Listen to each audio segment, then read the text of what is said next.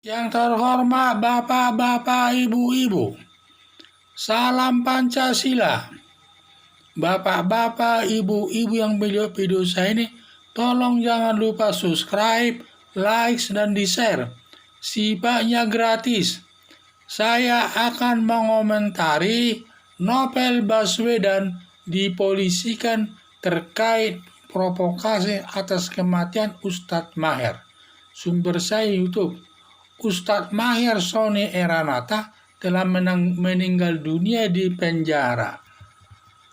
Komentar Novel Baswedan atas kematian daripada Ustadz Maher tersebut memberikan komentar menyesalkan tindakan kepolisian, sudah tahu sakit masih tetap ditahan, apalagi masalahnya hanya penghinaan. Itu kan katanya ini hanya sakit biasa. Jadi ada dugaannya mungkin tidak perlu ditahan.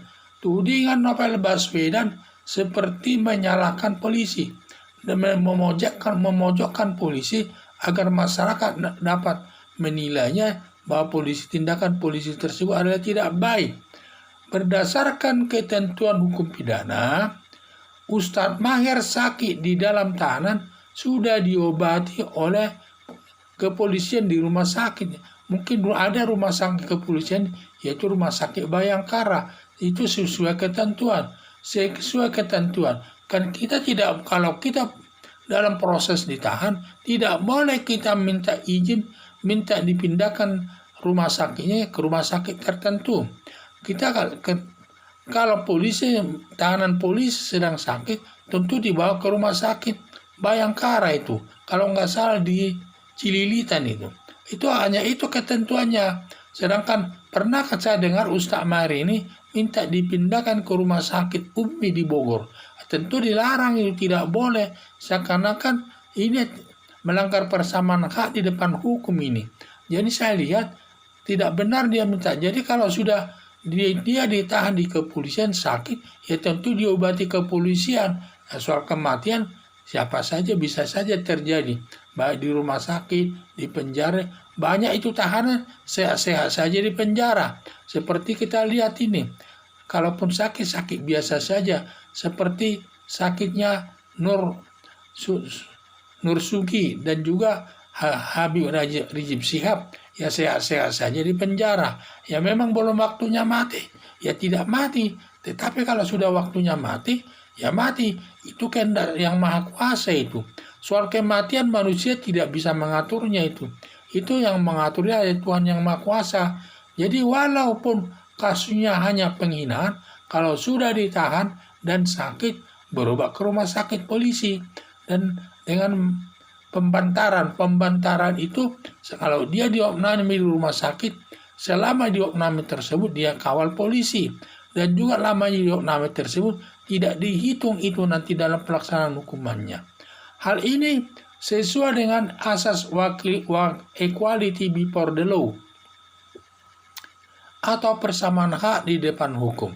Karena ini persamaan hak, karena setiap orang sudah ditahan, tahanan polisi siapapun orangnya, kalau lagi sakit harus di rumah sakit yang ditentukan polisi.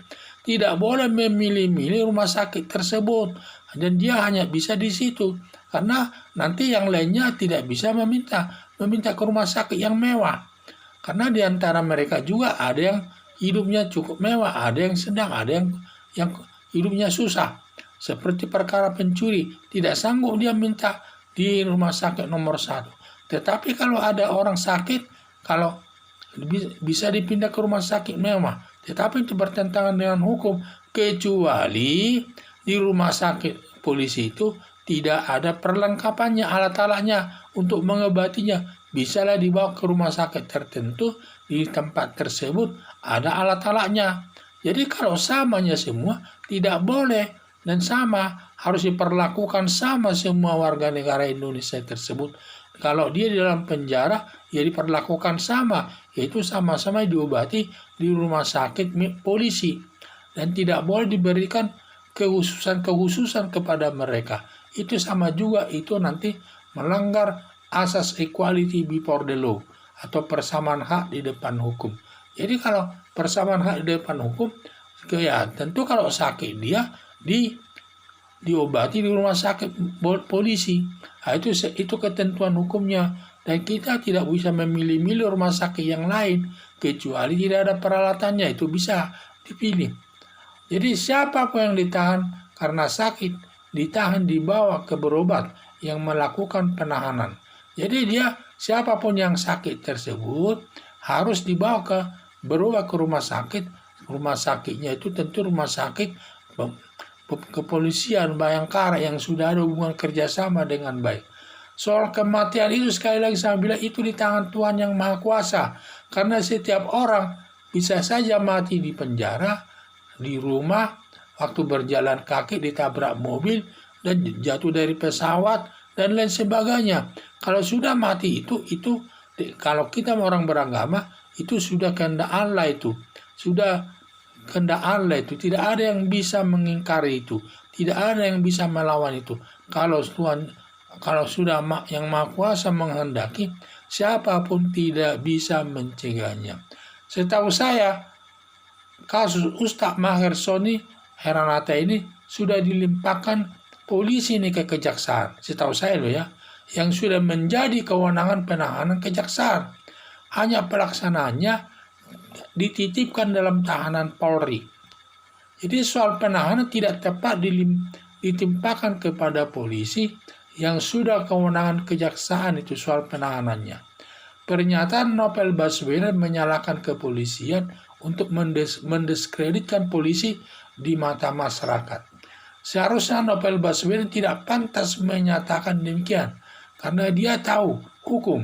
Karena apalagi dia sudah pernah mantan polisi dia ini. Dia dulu di polisi sebelum di KPK.